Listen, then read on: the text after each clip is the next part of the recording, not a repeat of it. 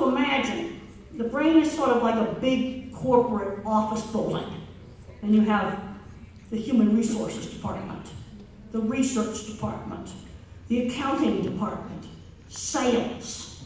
And where the abnormalities are is in the inter-office communications. There's my head. That is a brain scan of all the bundles of little neuron tails that connect up different departments. And it's really pretty when you get rid of my skull. That's a normal circuit for speak what you see. That's a normal one. And that is mine. And I have lots of extra branches. This may explain why I'm a visual thinker. This helped me in my work with camera. The HBO movie shows very accurately how I think in pictures. Everything I think about is a picture. I don't think in words. That helped me with my work with animals. Because animals don't think in words. They think in sounds, in pictures, in smells. Now, one of the problems I had, and this may explain why I had speech delay, is I had less fibers to speak what you see. But I was fortunate to get really good speech therapy. Speak what you hear circuit, really small. I am not an auditory person.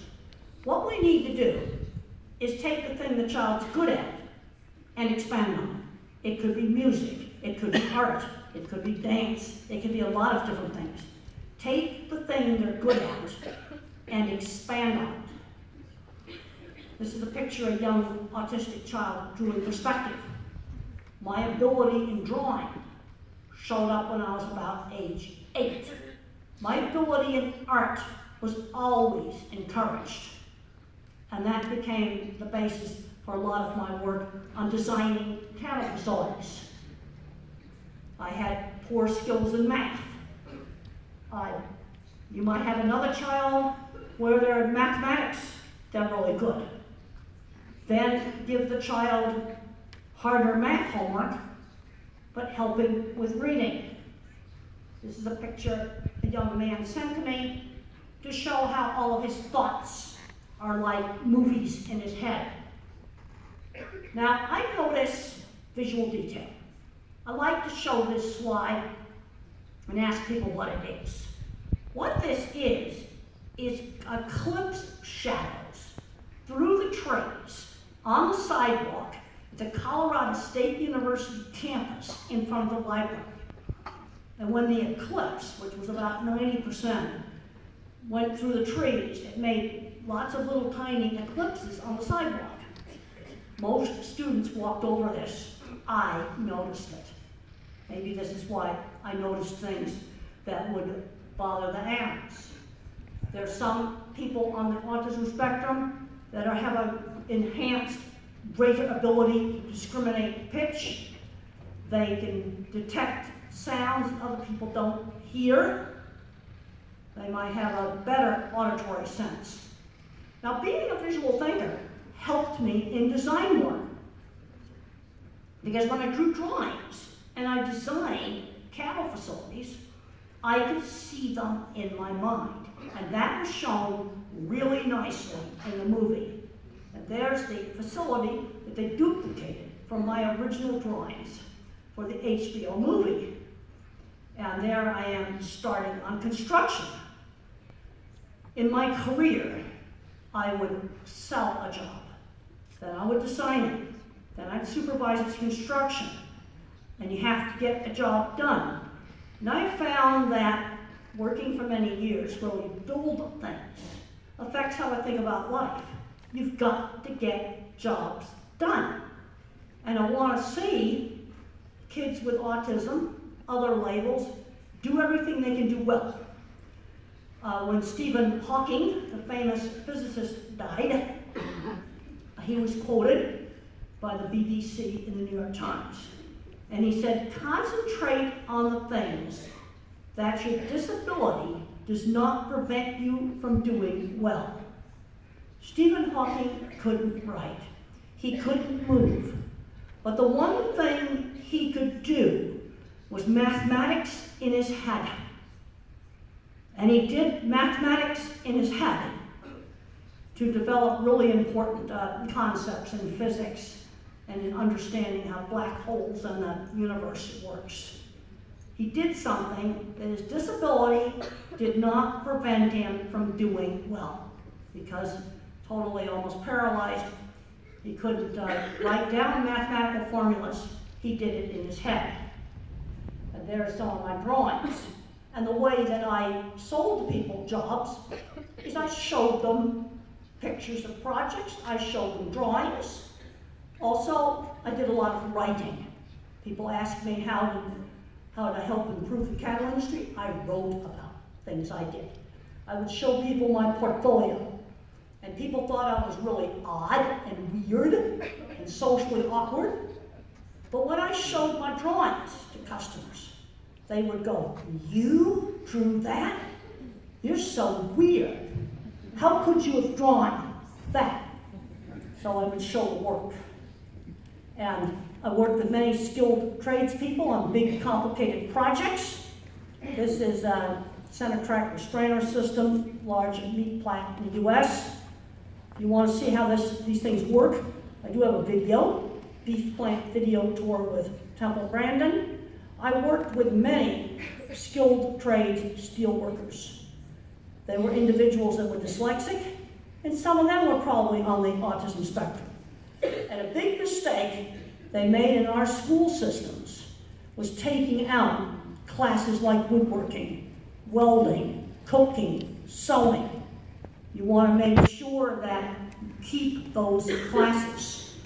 Right now in the US, we have a very big shortage of people in skilled trades, such as metalworking. And there I am, I'm working on checking out the project. Now I realized that my thinking was different. One day, when I asked a speech therapist to think about a church steeple, all through my 20s, I did not know that other people did not think in pictures. Until I was getting into my 30s, that's when I discovered that my thinking was different. And I asked the speech therapist, think about a church steeple, how do you see it in your mind? And I was shocked when the speech therapist told me, I just see a vague kind of an outline of one. I only see specific ones, and I can start naming them off. Childhood ones, ones where I live, famous ones, they just come up in my mind like a series of pictures, just like how the HBO movie showed it. These things come up in my mind. And I go, I guess I really do think differently. Now, the more steeples I see, I can start to put them in categories. You know, there's real famous ones, there's cathedral types, there's wooden white ones, there's different types of church steeples. Now, this is a brain scan that shows I have a big visual thinking circuit. And this brain scan is in the Portuguese version of the autistic brain. And when I saw this, I go, oh, wow, this explains my visual thinking. And there's another picture there, great big circuit I have for visual thought. Now, in this brain scan, the part of it that's blue is filled with water, with cerebrospinal fluid. And you can see I have an asymmetry. I have a really poor working memory. Any task that involves a sequence, I need to write it down, like a pilot's checklist. Step 1, step 2, step 3, step 4, write down the sequence. Maybe it's something like learning how to use a complicated coffee machine. Well, then I need to write down the sequence. Maybe it's like a pilot's checklist. This is one of my most important slides. This is the different kinds of minds. This is explained in detail in the Autistic Brain book, which is out there at the bookstore in Portuguese. I am a photorealistic visual thinker. I can't do algebra. There's nothing there to visualize. If a child has trouble with algebra, go right to geometry, go to trigonometry. Just go to the next step in math. Now the mathematical mind, which is not me, thinks in patterns. Think patterns instead of pictures. These kids often have trouble with reading. Stephen Hawking was a pattern thinker. He used a special type of math called Penrose geometry. And then you have the verbal guy who knows facts about every single soccer team. He will know every fact about them. Or the stars of different action movies. He'll know every single one of them. And then you have some people that mainly learn with hearing. And there is scientific research that shows that these different ways of thinking really do exist. You see, you take Steve Jobs, who was probably autistic. He was a visual thinker. He did not know how to do the math or the programming, but he made an easy-to-use phone. The mathematicians had to make the inside of that phone work. Try different methods for teaching reading. There's a tendency in education to get too tied up with just one method. You could try sounding out words, or maybe just memorizing whole words.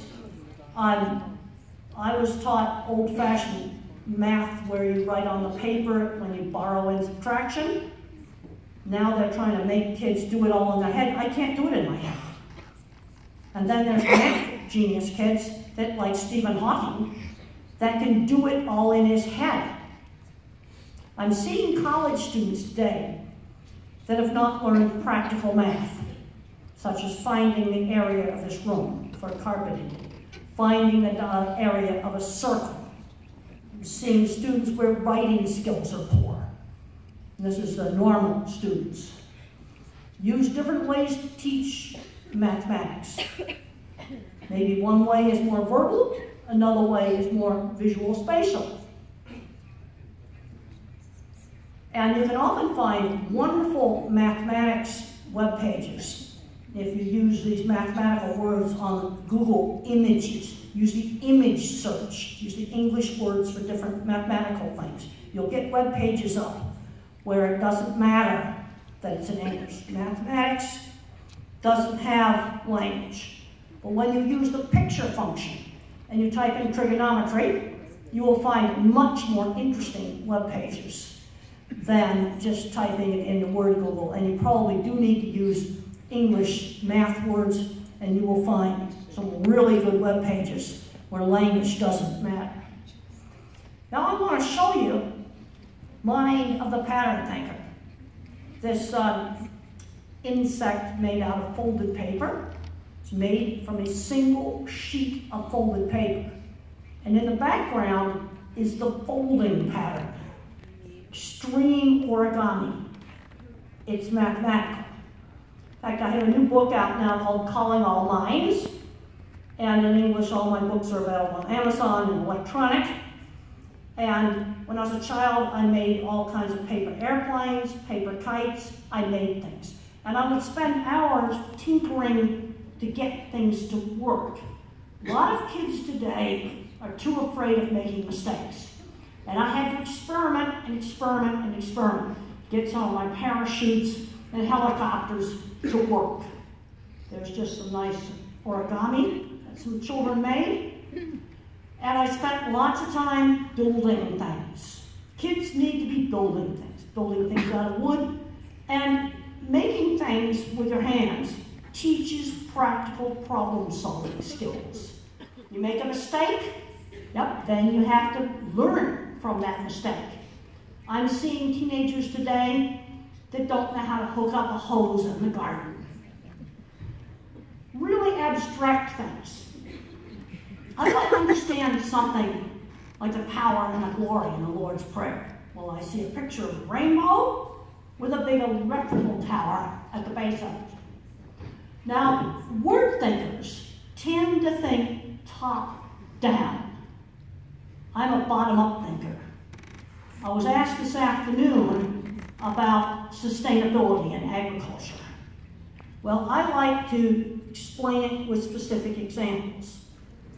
Bad things that are definitely not sustainable, such as a chemical factory dumping chemicals in the river. That would be an example of something that's not sustainable. Okay, crop rotation that improves the soil health, that would be an example of a sustainable agricultural practice. I like to think of specific examples of bad things and good things you could do for sustainability.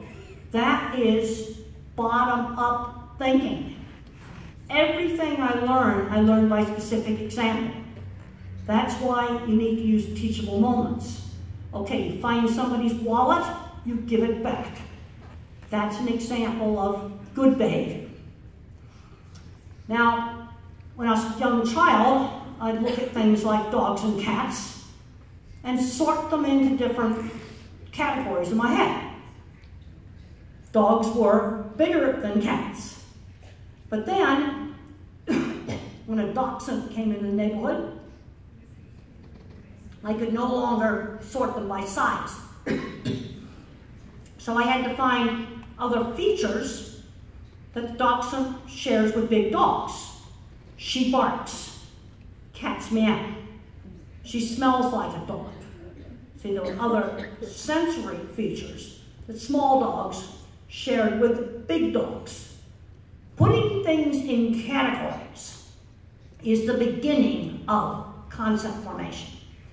And when I was a teenager, all the bullies called me tape recorder, and that's a really proper early 60s sound recording device. And I was not able to figure out why I was called a tape recorder. And the reason why is I always used the same phrases.